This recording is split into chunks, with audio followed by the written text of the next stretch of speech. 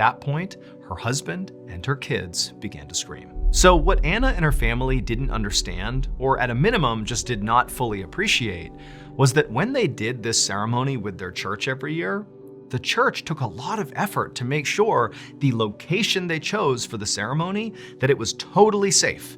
And on top of that, they often had medical personnel on standby, just in case. But Anna and her family had not done either of those things.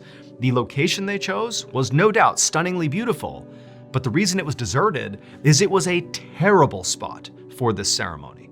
And then also, they didn't have any medical personnel on standby. The ceremony that Anna and her family were taking part in is known as the Russian Orthodox Epiphany, and it's a type of baptism.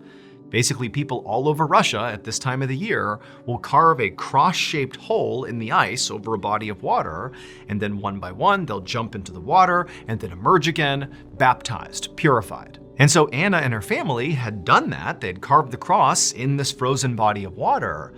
But the reason this spot was a terrible spot to do this ceremony and why it was totally deserted is because they had chosen a raging river. That yes, it's frozen, but underneath that river is still flowing, and it's a very deep river. And so the second Anna stepped into the water feet first, she got swept away. But they didn't have a way for her to re-emerge. It's all frozen ice. And so the second she went under into the pitch black water, she was gone. And within a couple of seconds, her family is expecting her to come back up again, but of course she didn't. And so they began screaming, and Anna's husband actually leapt into the water, but he actually stopped himself really quickly because he felt that current pulling him. And so he got out, and very quickly, a search was launched for Anna, but there was no hope. Couldn't find her, and in fact, to this day, they still have not recovered her body.